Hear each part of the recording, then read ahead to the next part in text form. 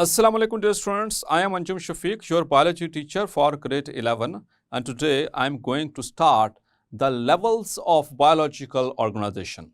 So let's move to the class board.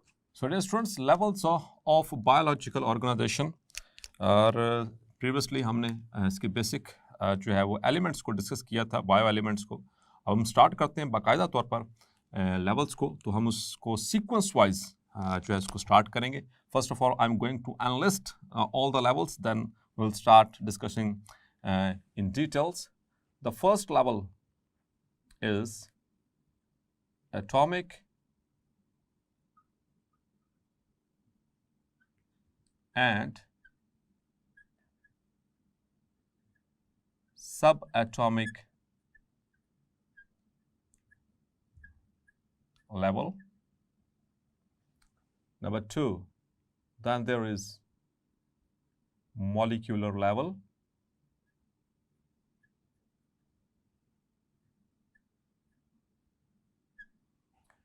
Then there is cell and organelle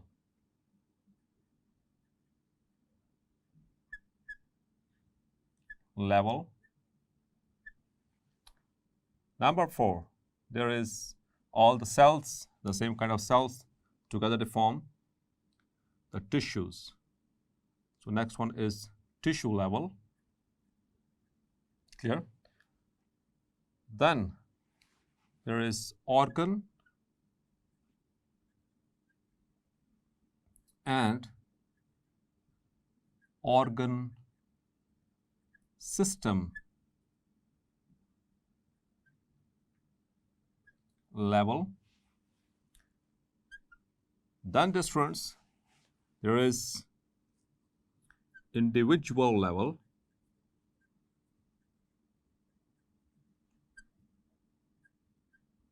Clear? Or which is also called as organism level.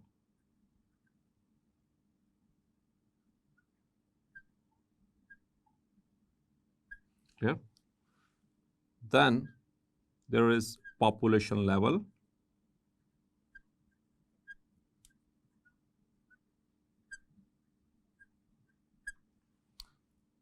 Then there is community level.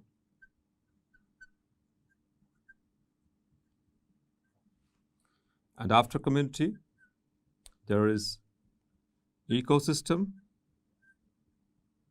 And after ecosystem, there is biosphere.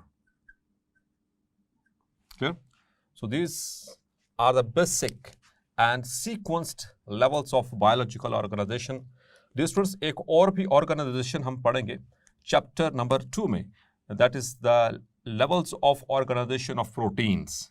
तो ये ज़रा जब भी आपको ये question आए long या short question, तो डियर स्टूडेंट्स सिर्फ पहला हिस्सा देकर लेवल्स ऑफ ऑर्गेनाइजेशन देखकर क्वेश्चन को अटेम्प्ट करना स्टार्ट मत कीजिएगा. कंप्लीटली रीड कीजिएगा कि कौन से लेवल्स आपसे पूछे गए हैं. If you are asked the levels of biological organisation, तो तब हम इसको अटेम्प्ट करेंगे.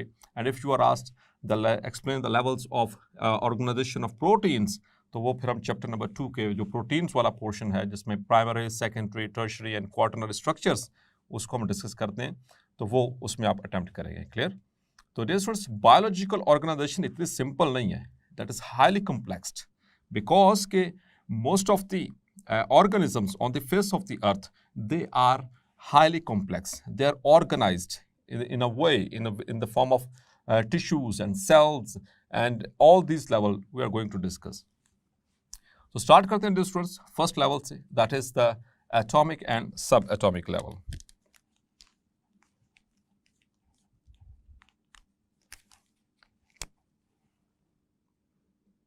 So here is the explanation.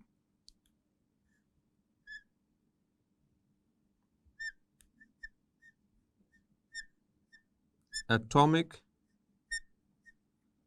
and subatomic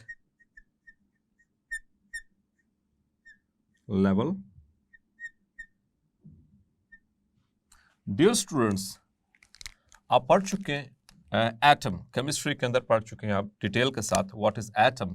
तो डियर स्टूडेंट्स, एटम के वाले से आपको पता है it is the smallest indivisible sub particle of a pure substance. किसी भी प्योर सब्सटेंस का जो सबसे छोटा और नॉन डिविजिबल जो पार्टिकल होता है उसको हम एटम कहते हैं। क्लियर?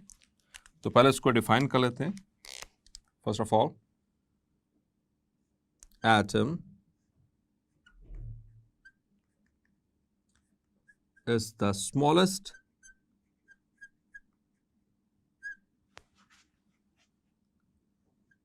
and non divisible, मतलब कि जब एटम डिवाइड होगा तो इससे कोई और नया एटम या कोई और नई चीज नहीं बनती। The non divisible particle of a pure substance. For example, hydrogen atom. For example, oxygen atom. For example, like the nitrogen atom. So all these are the atoms of a pure substance. तो जो hydrogen जो कि elemental form में होता है student, तो उसके अंदर एटम्स मौजूद होते हैं। और कितने एटम्स होते हैं आप पढ़ चुके हो। Avogadro's number 6.02 into 10 power 23। So dear students, the Avogadro's number आपको याद है। तो एक एलिमेंट के अंदर इतने एटम्स मौजूद होते हैं। So atoms smallest particle of a pure substance, याद रखिएगा। अब मजे की बात यह है डियर स्टूडेंट्स कि जो एटम है वो भी कुछ स्पेसिफिक अरेंजमेंट है, कुछ इससे भी छोटे जो पार्टिकल्स की, उसे हम कहते हैं subatomic particles. Clear? So atom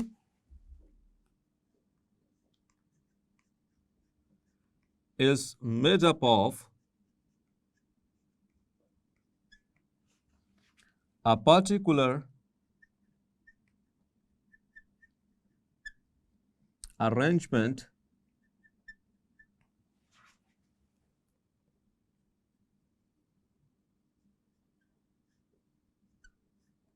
of subatomic particles which are called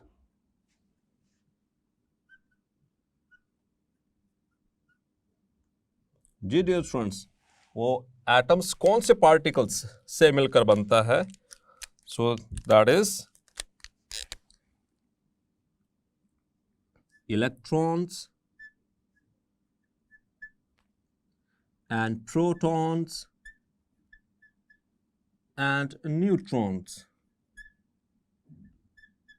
clear? Neutrons. और डियर स्टूडेंट्स, यहीं से जो है वो लेवल्स ऑफ ऑर्गेनाइजेशन हमारा स्टार्ट हो जाता है। So it is the smallest particle. Level of organisation में सबसे जो लोएस्ट लेवल है वो सब एटॉमिक पार्टिकल्स का, यानी इलेक्ट्रॉन, प्रोटॉन, न्यूट्रॉन। आप केमिस्ट्री में पढ़ चुके हैं डियर स्टूडेंट्स के एक एटम जो होता है उसके अंदर इनकी स्पेसिफिक जो है वो कंपोजिशन होती है, स्पेसिफिक इनकी जो है वो अरेंजमेंट होती है इन सब एटॉमिक पार्टिकल्स की, जिससे मिलकर एटम बनता है। और आप मैस नंबर और एटॉमिक नंबर का डिफरेंस पहले से डेफिनेटली जानते हैं। तो डियर स्टूडेंट्स, जो मैस नंबर है वो तो चेंज हो सकता है, लेकिन जो एटॉमिक नंबर है वो चेंज नहीं होता। और आपको पता है जो एटॉमिक नंबर है वो किसके ऊपर डिपेंड करता है? That depends upon the number of protons. और आपको ये भी पता है कि एक एटम के अंदर जितने प्रोटॉन्स होते हैं उतने ही इलेक्ट्रॉन्स होते हैं। तो but the number of neutrons it varies, वो वेरी करता है। अदरवाइज बाकी इलेक्ट्रॉन और प्रोटॉन की जो नंबर है वो सेम होता है। इस वजह से एटम के ऊपर कोई चार्ज नहीं होता।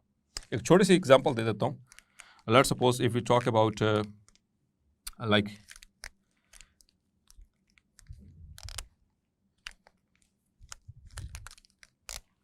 the sodium. If we talk about sodium,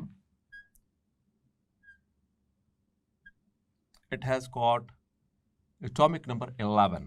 इसका एटॉमिक नंबर क्या है 11, और इसको हम यूजुअली यहाँ पर बेस के ऊपर लिखकर रिप्रेजेंट करते हैं एटॉमिक नंबर को। और 11 का मतलब ये है कि it has got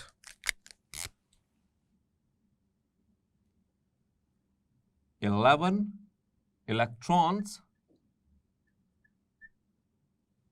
and 11 protons, and you know electrons have negative charge while the protons have positive charge on them. Clear? So इस वजह से एटम के ऊपर जो चार्ज है मतलब कि वो कोई नहीं होता, because of the balance of the number of electrons and protons. और अगर हम इसकी अरेंजमेंट को देखें, like let's suppose this is the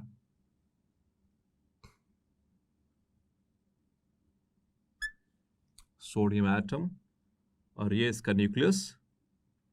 तो न्यूक्लियस के अंदर डियर स्टूडेंट्स मौजूद है न्यूट्रॉन्स और प्रोटॉन्स, और उसके बाहर होते हैं शेल्स। उन शेल्स के अंदर मौजूद होते हैं इलेक्ट्रॉन्स जो कि रिवॉल्व कर रहे होते हैं। तो उसके पहले शेल के अंदर मौजूद हैं 2 इलेक्ट्रॉन्स, फिर उसके बाद सेकेंड शेल के अंदर मौजूद हैं इसके 8 इलेक्ट्रॉन्स, और सबसे जो आउटर मोस्ट शेल है तो कितने इलेक्ट्रॉन्स होंगे डियर स्टूडेंट्स उसमें? So it has got only outermost shell 1 electron. Clear? इसी वजह से इसको ग्रुप 1 में आप ने इसकी पोजीशन देखी होगी सोडियम की। तो बेसिकली अब इसके ऊपर नेट चार्ज को नहीं, जब कोई इलेक्ट्रॉन इसके अंदर ऐड होगा या इससे रिमूव होगा तो तब ही इसके ऊपर चार्ज आ जाएगा। मतलब कि अगर इलेक्ट्रॉन निकल गया, सोडियम में से इलेक्ट्रॉन निकल जाएगा तो इलेक्ट्रॉन कितने आ जाएंगे 10 और प्रोटॉन कितने हो जाएंगे 11। चूंकि एक प्रोटॉन ज्यादा हो गया तो अब इसके ऊपर चार्ज आ जाएगा पॉजिटिव। ठीक है, ये कैटायन बन जाएगा। क्लियर? और आमतौर पर ऐसा ही होता है, और उसकी ज़रूरत क्यों पेश आती है आप केमिस्ट्री में डिटेल से पढ़ चुके हैं। वो ऑक्टेट रूल को पूरा करने के लिए, स्टेबलाइज होने के लिए उसको ऐसा करना पड़ता है, क्योंकि 7 इलेक्ट्रॉन किसी और से उसको लेना वो तो मुनासिब नहीं है। इस बजाय इसके कि 7 कहीं और से ले, इतने इलेक्ट्रॉन से कोई नहीं देगा। एक को रिमूव कर दे, बाकी इसके नीचे वाले शेल में ऑलरेडी 8 है तो ये स्टेबल हो जाएगा। क्लियर? सो होपफुली ये आपको समझा। तो इनकी देखिए स्पेसिफिक अरेंजमेंट है यहाँ पर। इनकी स्पेसिफिक अरेंजमेंट से अगर ये यहाँ पर प्रोटॉन्स हैं, वो इसमें से मैं 10 प्रोटॉन्स निकाल दूँ और बाकी सिर्फ एक प्रोटॉन रह जाए, तो एक प्रोटॉन किस में होता है? Definitely you know that is hydrogen. तो अगर एक प्रोटॉन है न्यूक्लियस में तो हाइड्रोजन ही है। अगर 2 प्रोटॉन न्यूक्लियस में है तो वो हीलियम है। अगर वो 3 प्रोटॉन उसके न्यूक्लियस में है तो वो लिथियम है। ठीक? अगर ऐसा नहीं है कि अगर 2 प्रोटॉन हो जाए तो वो लिथियम ही रहेगा, लिथियम जो है वो बन जाएगा या फिर वो हाइड्रोजन में बन जाएगा। नो माय डियर स्टूडेंट्स, आप इसका कंसेप्ट डिटेल से पढ़ चुके हैं कि नंबर ऑफ प्रोटॉन कभी भी चेंज नहीं होता। मैस नंबर जो है वो चेंज हो सकता है, जबकि प्रोटॉन नंबर चेंज नहीं होता, क्योंकि यही डिफाइन करता है एटॉमिक नंबर को। और डियर स्टूडेंट्स, सो इनकी स्पेसिफिक अरेंजमेंट से क्या बना? Atom. This is a sodium atom. Clear? This is sodium atom. Clear? So this is how the atom is formed. So it is a smallest. अब जब ये atom टूटेगा तो उससे और कोई नई चीज या और कोई पार्टिकल नहीं बनेगा। क्लियर? चूंकि हर एलिमेंट के अंदर मौजूद हो। अब आते हैं डियर स्टूडेंट्स इससे नेक्स्ट लेवल पे, that is the molecular level.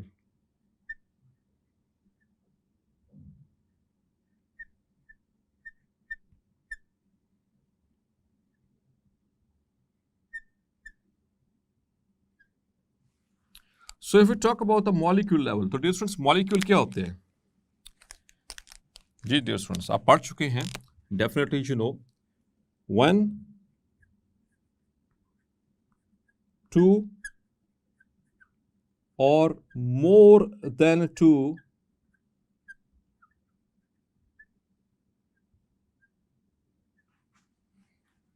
similar or different atoms combine by chemical bonds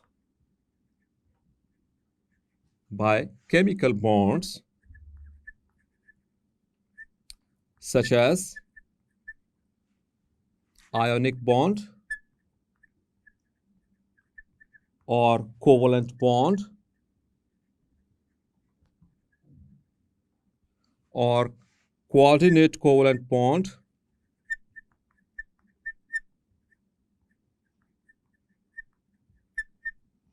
or metallic bond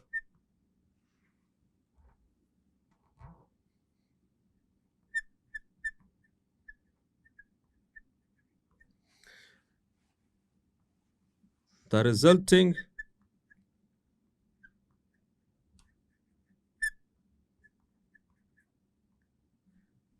structure is called a molecule.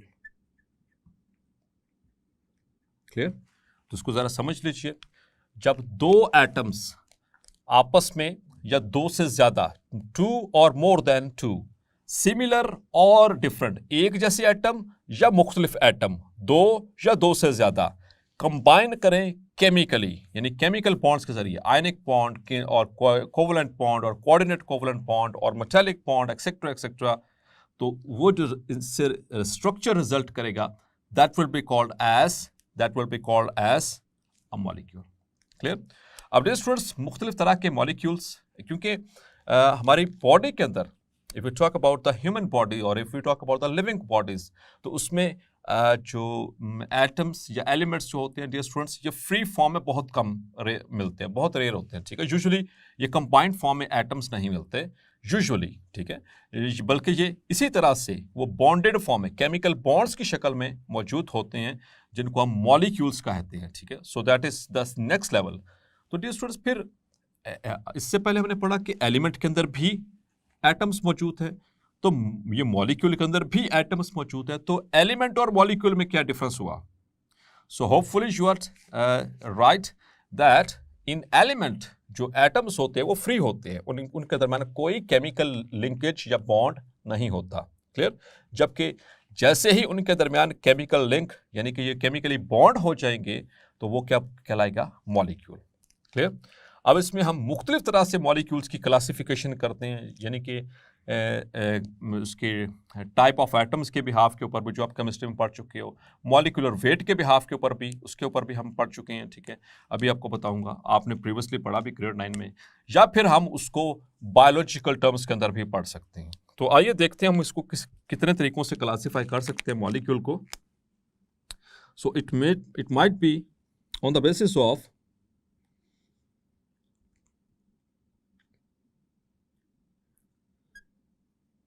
if we talk about the kind of atoms, तो दो तरह के molecules हैं. On the kind of atoms, your type of atoms, so we have got two types of molecules: homoatomic and heteroatomic. Clear? Homo atomic जैसे oxygen atom और oxygen atom मिलकर क्या बनाता है? O2, like H2, like N2. सो एक जैसे atoms मिलके बना रहे हैं. या फिर O3, ओजोन. क्लियर?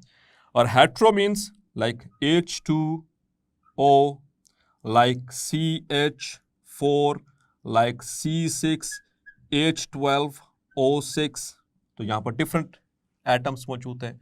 तो इस तरह से homoatomic molecule and heteroatomic molecule. तो ये that is on the kind और type of numbers of atoms. अगर हम नंबर की बात करें, on the basis of number of atoms,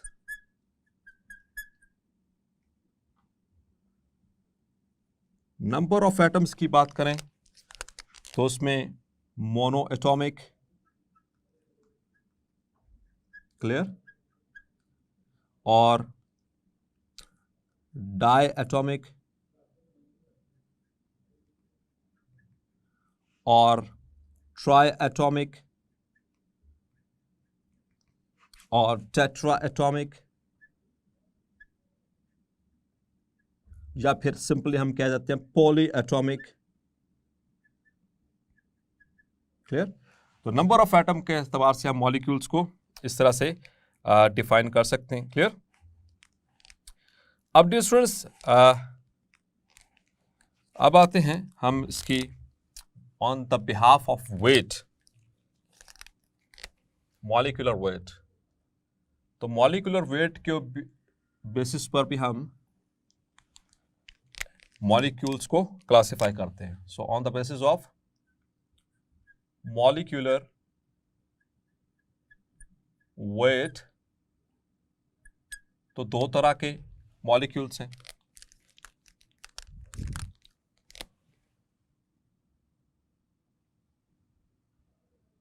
number one, the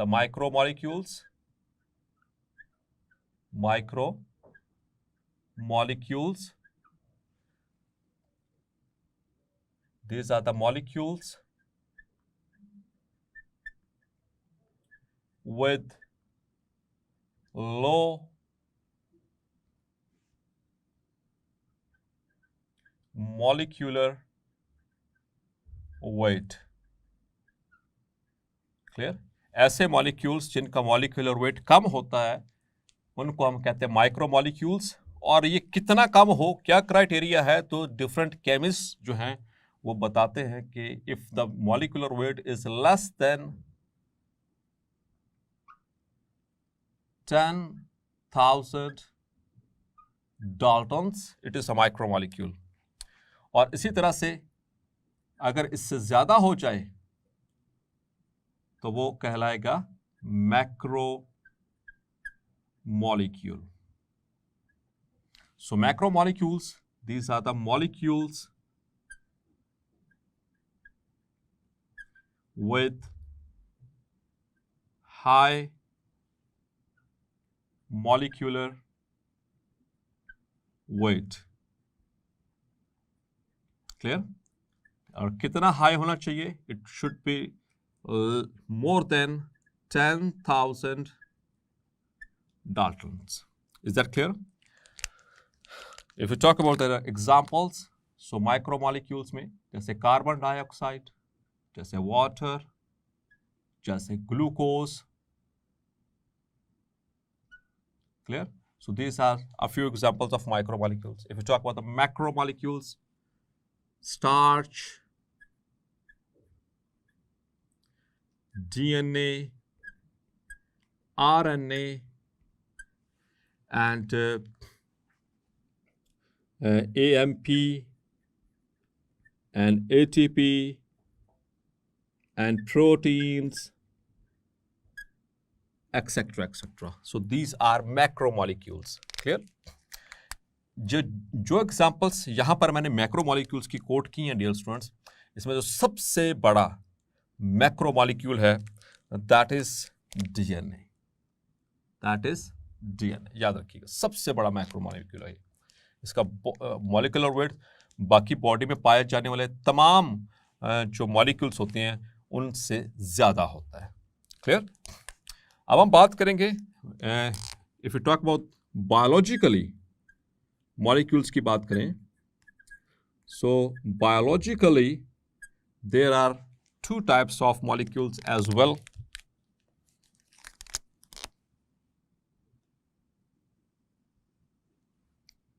Organic molecules, these are the molecules having carbon and hydrogen together.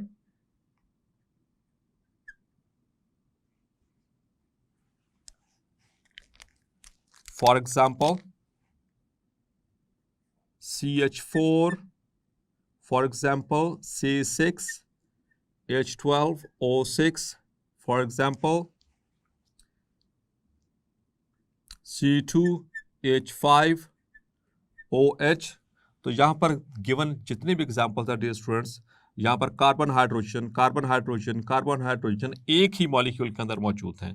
तो ऐसे molecules को कहा जाता है ऑर्गेनिक, और इनके अलावा बाकी तमाम मॉलिक्यूल्स को कहा जाता है इनऑर्गेनिक। और अगर हम इनकी अबंडेंस की बात करें तो पूरी दुनिया में सबसे ज़्यादा जो तादाद है वो ऑर्गेनिक मॉलिक्यूल्स की है। सो बायोलॉजिकली ये इंपॉर्टेंट है। The second one are biologically inorganic molecules. So these are the molecules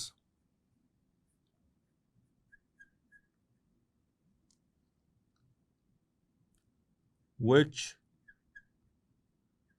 do not have carbon and hydrogen together. ऐसे मॉलिक्यूल्स जिसमें कार्बन हाइड्रोजन इकट्ठे नहीं है, केमिकली लिंक नहीं है, उनको हम कहते हैं inorganic molecules. For example carbon dioxide, for example water, for example phosphate. Clear? तो यहां पर कार्बन तो है लेकिन इसके साथ हाइड्रोजन नहीं है बल्कि ऑक्सीजन है। यहां पर हाइड्रोजन है लेकिन कार्बन नहीं है। यहां पर फॉस्फोरस है, हाइड्रोजन है, यहां पर ना कार्बन है ना हाइड्रोजन है। तो dear students, these are called as the inorganic molecules. तो बायोलॉजिकल टर्म्स में ये दोनों इंपॉर्टेंट हैं। अगर हम आगे चल के हम डिस्कस करेंगे चैप्टर नंबर 4 में भी कि जो जितने भी अगर जो हमारा नेक्स्ट लेवल है that is the organelles and the cell level. तो ऑर्गेनल्स और सेल वो मेम्ब्रेन से बनते हैं, ठीक है, सेल मेम्ब्रेन्स उनको कहा जाता है। तो वो इन माइक्रो और मैक्रो मॉलिक्यूल्स के एक स्पेसिफिक अरेंजमेंट से बनते हैं। Clear? So this is how the molecular level is defined और explained. So dear students, now the third level is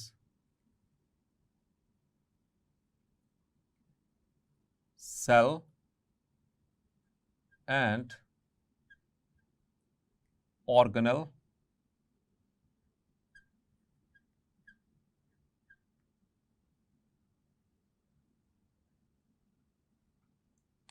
level.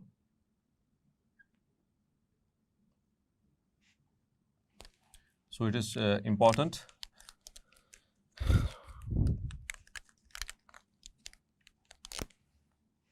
Different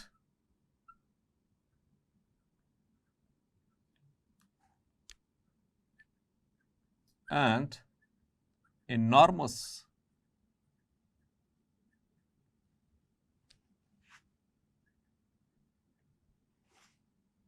macro molecules and micromolecules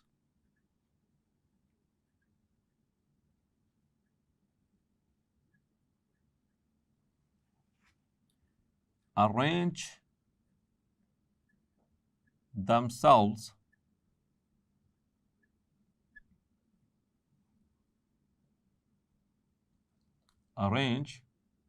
themselves in a particular way,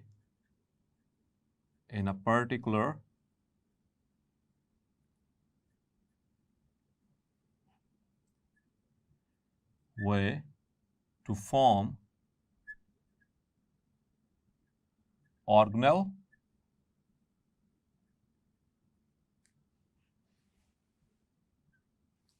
organelles and cell.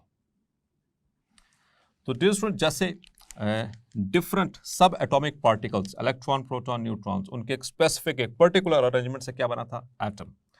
और atoms की आपस में chemical linkage से बना molecule. उसमें हमने पढ़े दो तरह के, micro and macro, organic and inorganic, ठीक है। तो अब वो बहुत सारे और मुख्तलिफ माइक्रो और मैक्रो मॉलिक्यूल्स एक मखसूस अंदाज में, एक पर्टिकुलर वे के जरिए वो आपस में असेंबल होंगे, वो आपस में लिंक्ड होंगे, और उससे रिजल्ट क्या निकलेगा? By the formation of organelles and a cell. Dear students, यहाँ पर हम थोड़ी सी डिटेल में बात करेंगे ऑर्गेनेल्स के वाले से भी और सेल्स के वाले से भी। If you talk about the cell, the cell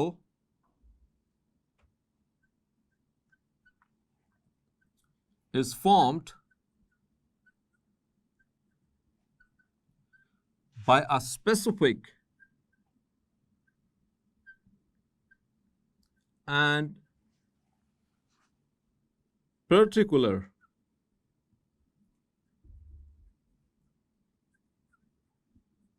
arrangement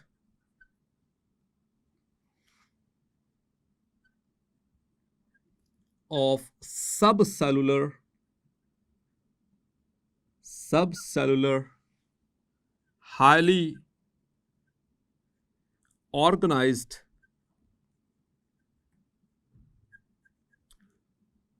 structures called the organelles. Clear? कि सेल बनेगा किस तरह से? जब मुख्तलिफ तरह के सब सेलुलर हाईली ऑर्गेनाइज्ड स्ट्रक्चर्स, जैसे कि जिनको हम कहते हैं ऑर्गेनेल्स या उनको ऑर्गेनेली भी कहते हैं, ये ऑर्गेनेल्स जो हैं वो आपस में एक मखसूस वे में असेंबल होंगे और उससे क्या बनेगा? एक particular cell. And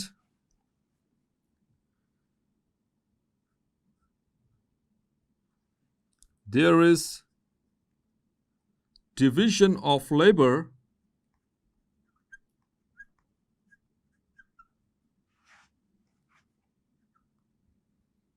among the organelles of a cell। कि एक सेल के अंदर जितने भी ऑर्गेनल्स होते हैं वो एक मखसूस काम के लिए स्पेशलाइज्ड होते हैं, और वो सेल को जिंदा रखने में उनका एक स्पेसिफिक रोल होता है। बिल्कुल उसी तरह से जैसे हमारे बॉडी के ऑर्गन्स, हम एक लिविंग ऑर्गेनिज्म को जिंदा रखने के लिए जैसे कि अगर मैं बात करूं इंसान की, ह्यूमन बीइंग्स में ह्यूमन बीइंग्स को जिंदा रखने के लिए अल्लाह ताला ने मुख्तलिफ तरह के सिस्टम दिए, like reproductive system, genital system, respiratory system, cardiovascular system, musculoskeletal system, मुख्तलिफ तरह के सिस्टम्स हैं। और डिफरेंट ये सिस्टम्स, हर एक सिस्टम अपना अपना काम कर रहा है और ये सारे मिलकर क्या करते हैं? एक इंडिविजुअल को जिंदा रखते हैं। इसी तरह से एक सेल, उसको जिंदा रखने के लिए मुख्तलिफ तरह के ऑर्गन की ही तरह के कुछ छोटे छोटे यानी कि स्ट्रक्चर्स हैं।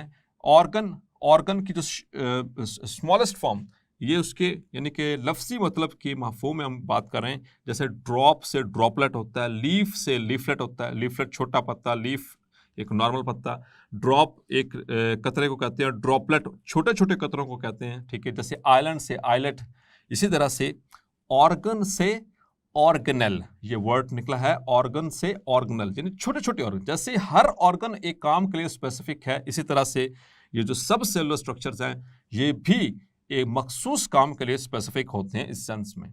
इसी वजह से इनको ऑर्गेनेल्स कहा जाता है। Like if you talk about the heart का काम है ब्लड को पंप करना। If you talk about the lungs, they are for gaseous exchange. If you talk about the other structures like the stomach, it is for digestion or partial digestion of proteins. If you talk about the ears, they are meant for transferring the sound waves towards the internal ear. Or if you talk about the tongue, it is for taste. Clear? It also helps in speech. तो हर organ का अपना अपना function. Kidney, they are involve in urination, ठीक है। Excretory system, इसी तरह से the nervous system, it is for coordination. Clear? तो इसी तरह से सेल के अंदर जो ऑर्गेनल्स हैं वो भी अपना अपना काम कर रहे हैं। अगर मेरा रेस्पिरेटरी सिस्टम स्टॉप हो जाएगा तो मेरे पूरी बॉडी के जो दूसरे सिस्टम्स हैं उनको ऑक्सीजन नहीं मिलेगी, उनको उनमें से कार्बन डाइऑक्साइड रिमूव नहीं हो पाएगी, so the person is dead. अगर नर्वस सिस्टम काम नहीं करा तो पूरे बॉडी में मैसेज नहीं जाएगा, द पर्सन इज डेड। अगर हार्ट काम नहीं करा तो पूरी बॉडी में जो ब्लड को न्यूट्रिएंट्स पंप नहीं होंगे, ब्लड नहीं जाएगा, ऑक्सीजन नहीं जाएगी, द पर्सन इज डेड। इसी तरह से सेल को जिंदा रखने के लिए अल्लाह ताला ने ऑर्गन्स की तरह के ही छोटे छोटे माइक्रोस्कोपिक स्ट्रक्चर्स रखे जिनको subcellular highly organised specialised structures कहा जाता है। They are the organelles. Like आगे चलकर चैप्टर नंबर 4 पूरा इसी से भरा पड़ा है, डिटेल से डिस्कस करेंगे इंशाल्लाह। Like mitochondria, like mitochondria, like the nucleus, ribosomes, okay, like the Golgi apparatus। इसी तरह से और बहुत सारे ऑर्गेनल्स हैं जिनकी डिटेल्स हम आगे चलकर जरूर पढ़ेंगे इंशाल्लाह। सो माइटोकॉन्ड्रिया को हम कहते हैं the power house of the cell, it is the power house क्योंकि ये एनर्जी प्रोवाइड करता है। इस तरह से nucleus, it controls all potential activities, ये कंट्रोल सेंटर है, यानी कि सेल का सारी चीज़ों को कंट्रोल कर रहा होता है। Ribosomes, they are meant for protein synthesis, ये प्रोटीन्स बनाते हैं, ये इनका काम है। Golgi apparatus, it is specialised for cell secretions, clear, and packaging. तो हर एक सेल के अंदर अपना अपना काम कर रहा है। So that is why they are called as like the organs, ठीक है, ये ऑर्गन्स की तरह काम कर रहे होते हैं सेल के अंदर। तो हर एक ने अपना अपना काम करना है। So there is division of labour, मतलब कि सारे मिलजुल के काम कर रहे हैं तो एक सेल जिंदा है, क्लियर। अब डियर स्टूडेंट्स, अगर हम सेल की बात करें, so there are 2 basic categories of cell. अभी आपको बताता हूं कि इनकी और किस तरह से अरेंजमेंट जो है वो डिफर करती है और किस तरह से सेल्स बनते हैं। सो सेल इज आइदर यूकैरियोटिक और प्रोकैरियोटिक, 2 तरह के ही सेल्स हैं, क्लियर।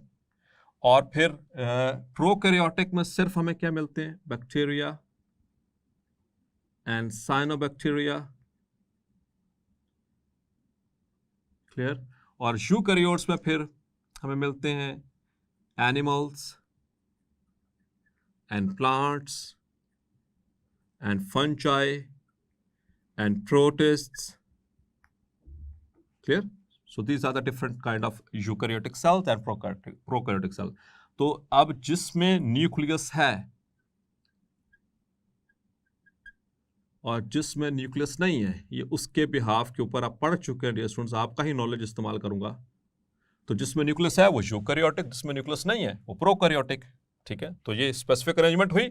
अब यहां पर भी इवन कि यहां पर भी डिफरेंस है।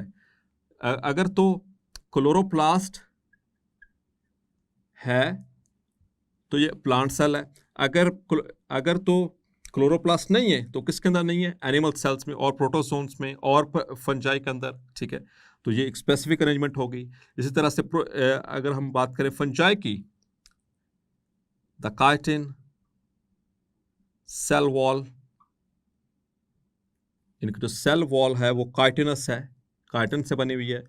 तो जो कि ना एनिमल्स की सेल वॉल तो होती नहीं है, प्लांट्स की सेल वॉल सेलुलोज से बनी हुई है, प्रोटिस्ट की भी सेल वॉल ऐसी नहीं है, और ना कि प्रोकैरियोट्स की। So there specific arrangement, clear. और डियर स्टूडेंट्स, ये जो सेल्स होते हैं ये बेसिकली हर एक स्पेशलाइज्ड है अपना फंक्शन परफॉर्म करने के लिए, क्लियर। सेल्स की भी, if you talk about only humans, अगर इंसानों की बात करें तो 200 मुख्तलिफ तरह के cells, there are 200 different types of cells which are present only in human beings. So our body is composed of trillions of cells, tens of billions and trillions of cells, clear. So हमारी body में millions नहीं, billions नहीं, बल्कि trillions के हिसाब से sales मौजूद होते हैं। So dear students, hopefully atomic and subatomic and molecular and the cell and organelle level आपको क्लैरिफाई हो गया होगा। मिलते हैं नेक्स्ट लेक्चर में और डिस्कस करेंगे the next levels of biological organisation. तब तक अपना ख्याल रखिएगा। अल्लाह हाफिज।